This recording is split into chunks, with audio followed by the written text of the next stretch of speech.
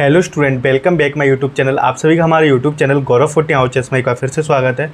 तो स्टूडेंट, जैसा आप सभी का एक सवाल रहता है कि भैया हमारी जब बीएससी नर्सिंग कंप्लीट हो जाएगी तो हमारे पास जॉब या स्कोप क्या रहेगा, जैसा कि आपने थंबनेल में देख लिया। आज उसी पे हम बात करने वाले हैं।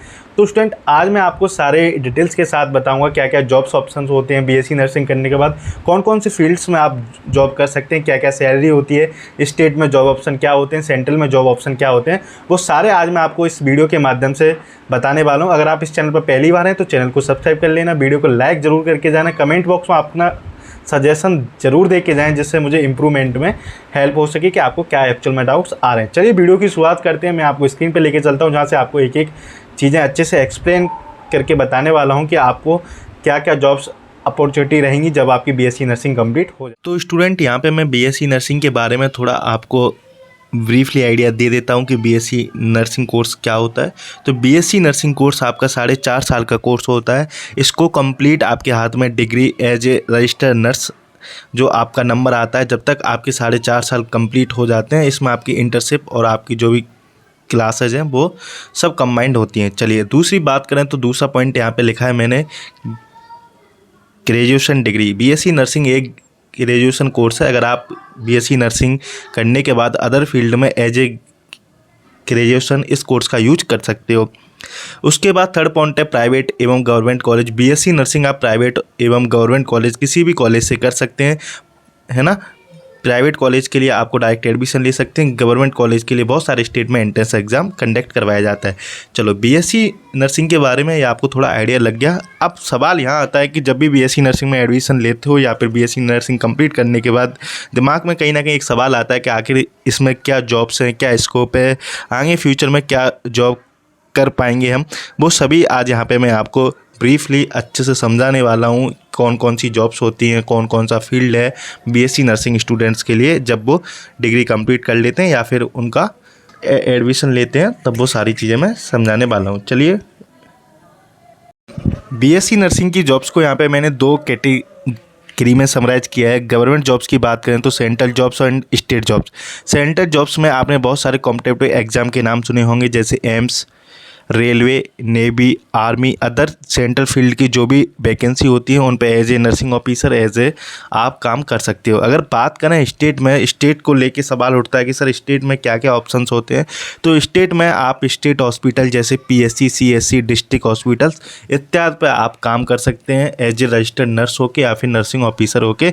ये मैंने यहाँ पे जॉब्स को स्टेट और सेंट्रल में डिवाइड कर दिया है। यहाँ पे स्टेट में आपने बहुत सारे कॉम्पिटिटिव एग्जाम के नाम सुने होंगे, जैसे जिपमर, एम्स, ईएसआईसी वगैरह, वो सभी यहाँ पे मैंने इंक्लूड कर दिए। स्टेट में आपके पास ये 3-4 ऑप्शन रहते हैं, जहाँ पे PSC, CSC, other central jobs में आप काम कर सकते हो। तो स्टूडेंट, ये तो गवर्नमेंट जॉब्स में रहा जब भी as a nursing officer work का, as a nursing staff work का। चलिए अब बात करते हैं अगर सैलरी की बात आती है यहाँ पे कि आखिर जो स्टेट और सेंट्रल जॉब्स में सैलरी क्या रहती है, तो यहाँ पे जो सैलरी वेरी करती है वो आपकी पोस्ट के अकॉर्डिंग वेरी करती है। जैसे अगर बात करें पोस्ट की तो nursing superintendent, nursing officer, staff nurse, CHO इत्यादि पोस्ट होती हैं हॉस्पिटल्स में। अगर सेंट्रल में अगर सैलरी की बात करूँ तो लगभग सैलरी आपकी 70,000 से 90,000 पर मंथ रह सकती है। अकॉर्डिंग टू योर पोस्ट, आपकी क्या पोस्ट है उसके अकॉर्डिंग सैलरी 70 से 90,000 मंथ रहती है। स्टेट की बात करें तो स्टेट में 40,000 से 60,000 पर मंथ रह सकती है। ये भी अकॉर्डिंग टू पोस्ट, आपकी पोस्ट क्या है उसके अकॉर्डिंग सैलरी वेरी करती है ना। सैलरी इतना एक आइडिया रहता है कि इतनी से इतनी रेंज में रह सकती है आपकी सैलरी। सेंट्रल की सैलरी कंपेयर टू स्टेट की ज़्यादा होती है, वो ऑब्वियसली ज़्यादा होती है, तो इसलिए सेंट्रल जॉब्स को ज़्यादा प्रेफर करते हैं जो भी नर्सिंग स्टूडेंट्स हैं, है ना। स्टेट की सैलरी भी अच्छी है और एक सेंट्रल की सैलरी उससे कहीं ज़्यादा होती है।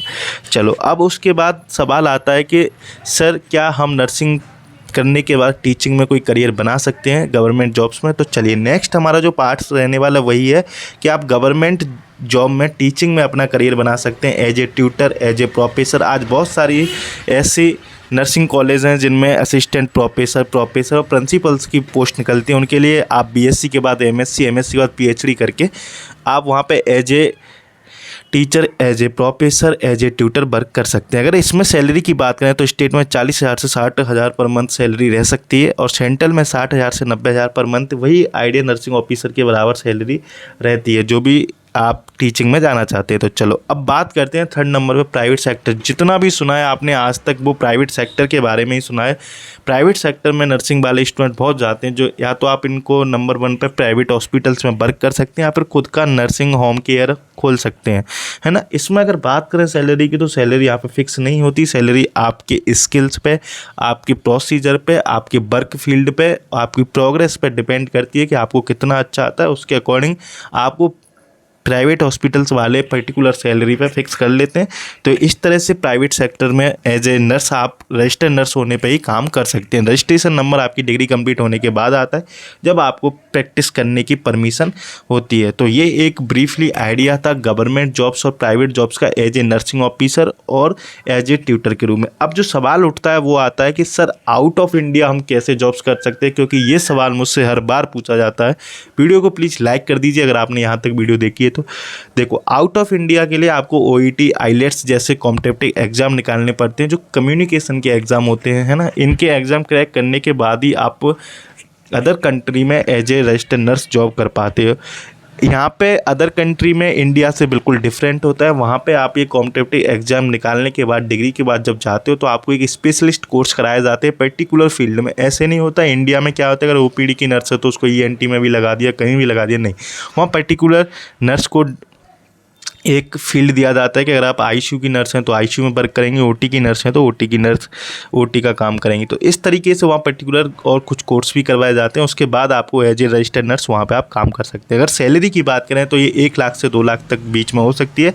वो डिपेंड करता है उस कंट्री का जो प्राइस है, क्या चल रहा है डॉलर की अपेक्षा या फिर रुपए की अपेक्षा। तो इस तरह से आपका ये आउट ऑफ इंडिया रहता है। और सबसे फॉर इम्पोर्टेंट बात है आउट ऑफ इंडिया में कि आपके पास INC की मान्यता होना बेहद ज़रूरी है। आपकी कॉलेज INC से रजिस्टर्ड है, जब भी आप अदर कंट्री में जॉब्स कर सकते हो एज ए रजिस्टर्ड नर्स। तो आपके पास कॉम्पिटिटिव एग्जाम निकालने के बाद, पर्टिकुलर एक स्पेशल कोर्स करने के बाद आपकी सैलरी इतनी रहती है 1 से 2 लाख, और INC की मान्यता ज़रूरी होती है। इस तरीके से आपका पूरा कंप्लीट प्रोसेस होता है वहाँ पे आउट ऑफ इंडिया वर्क करने का। फिर भी अगर कोई भी डाउट्स है या फिर सवाल है तो मुझको कमेंट बॉक्स में ज़रूर पूछ। स्टूडेंट, मैं होप करता हूँ आपको वीडियो बहुत अच्छी लगी है। आपने सारे जॉब्स ऑप्शंस और क्या क्या सैलरी है, किस तरीके से पोस्ट होती है, आउट ऑफ इंडिया क्या जॉब्स ऑप्शन थे, और प्राइवेट सेक्टर में क्या है, गवर्नमेंट सेक्टर में क्या है, वो सभी आपने जान लिए होंगे।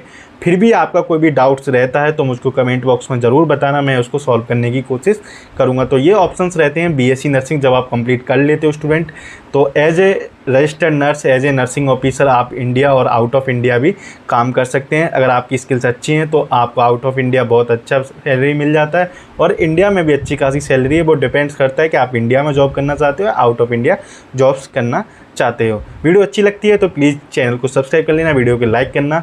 मिलते हैं जल्दी नेक्स्ट वीडियो के साथ, तब तक के लिए जय हिंद, जय भारत।